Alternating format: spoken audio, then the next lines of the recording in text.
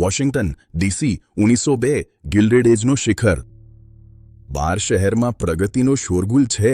ઘોડાની ટાપુની લયબદ્ધ અવાજ, પથ્થર પર પડતી વરાળથી ચાલતી પાઇપોનો સિસકારો, કોલસાની ધુમાડ અને ઘોડાની લેદનો તીવ્ર વાસ હવામાં ઘેરાયેલો. પણ અમેરિકન રસોડામાં અંદર એક મૌન યુદ્ધ ચાલી રહ્યું હતું. તે સમયે બજારનું સિદ્ધાંત હતું કેવિયર ટેમ્પ્ટર. લેટિન ભાષામાં અર્થ થાય છે ખરીદનાર સાવધાન રહે. કોઈ ફેડરલ નિરીક્ષકો નહોતા, કોઈ ઘટકની લેબલિંગ નહોતી. તમારું સવારે પીવાનું દૂધ શક્યતઃ કાંઠે પાણીથી પાતળું કરવામાં આવતું અને ફોર્માલ્ટીહાઇડથી જતણવામાં આવતું. મૃતદેહને જતણવા માટે જે રસાયણ વપરાય છે એ તમારા ટીનના વટાણા ચમકદાર અસ્વાભાવિક લીલા રંગે રંગવામાં આવતા કોપર સોલ્ટથી. તમારા બાળકોની મીઠાઈ સીસાક્રોમેટથી વધુ ચમકદાર બનાવવામાં આવતી. 1902માં અમેરિકન ગ્રાહક એક વિશાળ અનિયમિત પ્રયોગમાં પ્રયોગશાળાના ઉંદર સમાન હતો. પણ એક માણસ ડોક્ટર હાર્વી વોશિંગ્ટન વાયલીએ નક્કી કર્યું કે આ પ્રયોગને પ્રકાશમાં લાવવું જરૂરી છે. રાષ્ટ્રને બચાવવા માટે તે કંઈક અવિચારી કામ કરશે. તે ઇચ્છુક લોકોને ઝેર ખવડાવશે. તેને સ્વયંસેવકો માટે બોલાવ્યો.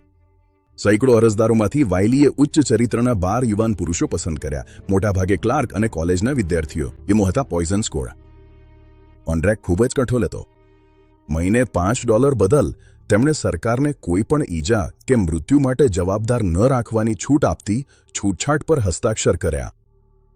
તેઓએ જીવતા માનવ શરીરમાં રસાયણોના જૈવિક અસર જોડવા માટે ઇન વિવો ટેસ્ટિંગની પ્રક્રિયા માટે પ્રતિબદ્ધતા આપી. આ પ્રયોગનું સ્થળ હતું યુએસડીએ બિલ્ડિંગના બેઝમેન્ટમાં 14મા અને બી સ્ટ્રીટ સાઉથવેસ્ટ પર.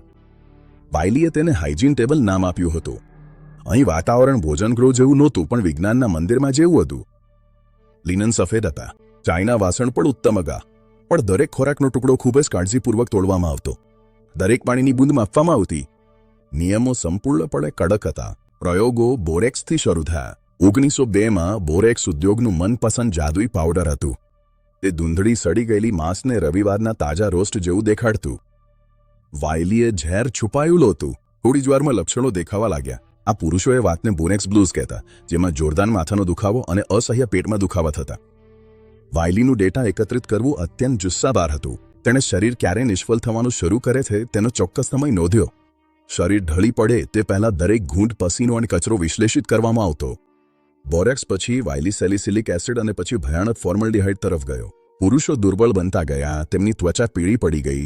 છતાં આશ્ચર્યજનક રીતે એક પણ પુરુષે છોડી દીધું નહીં. જાહેર જનતા આમાં દીવાણી બની લે. પોઈઝન સ્ક્વોડ રાષ્ટ્રીય ખ્યાતિ મેળવી લ્યો. હેડલાઇન્સમાં લખાયું, માત્ર બહાદુર જ મેળામાં ખાઈ શકે. પણ જ્યારે જાહેર જનતા ખુશી મનાવી રહી હતી ત્યારે ખોરાકમાં ભેળસેળ કરનારાઓ, મીટ પેકિંગ અને કેનિંગ ઉદ્યોગના શક્તિશાળી દિગ્ગજોએ પ્રતિક્રિયા આપી. તેમણે વાયલીની બદનામી કરવા માટે કરોડો ખર્ચા. તેને પાગલ, પ્રસિદ્ધિ શોધનાર અને એક જ વાતમાં પાગલ એવો કહીને બદનામ કર્યો. 1904માં વાયલીએ બુલેટિન 84 બહાર કર્યો. આ ખોરાક ઉદ્યોગના જુઠ્ઠાણાઓનું ઠંડા અને વૈજ્ઞાનિક રીતે રજૂ કરેલું ખુલાસું હતું, જેમાં સેંકડો પાનાઓમાં વ્યવસ્થિત ઝેરીકરણના અખંડિત પુરાવા હતા. દબાણ હવે પ્રચંડ લેર બની ગયું. 1906માં રાષ્ટ્રપતિ થિયોડોર રૂઝવેલ્ટે pure food and drug act પર સહી કરી. આ કેવિયર ટેમ્પ્ટરનો અંત હતો. ઇતિહાસમાં પ્રથમ વખત સલામતીની જવાબદારી ગ્રાહકથી ઉત્પાદક તરફ ખસેડાઈ. આ કાયદો આધુનિક ફૂડ એન્ડ ડ્રગ એડમિનિસ્ટ્રેશનનો મૂળ તેનો જૈવિક પિતા હતો. ડોક્ટર વાયલીની વારસાગાથા મૂર્તિઓમાં નહીં, પણ દરેક અનાજના પેકેટ પર લખાયેલા નાના અક્ષરોમાં જોવા મળે છે. તેઓ રાત્રિ ભોજન માટે બેઠા, જેથી આપણે શાંતિથી ખાઈ શકીએ. તેઓએ બોરેક્સની મુશ્કેલી સહન કરી, જેથી એક માતા પોતાના બાળકને આપતી દૂધ પર વિશ્વાસ કરી શકે. તેઓએ ઝેર ખાધું, જેથી આપણે એ કરવું ન પડે.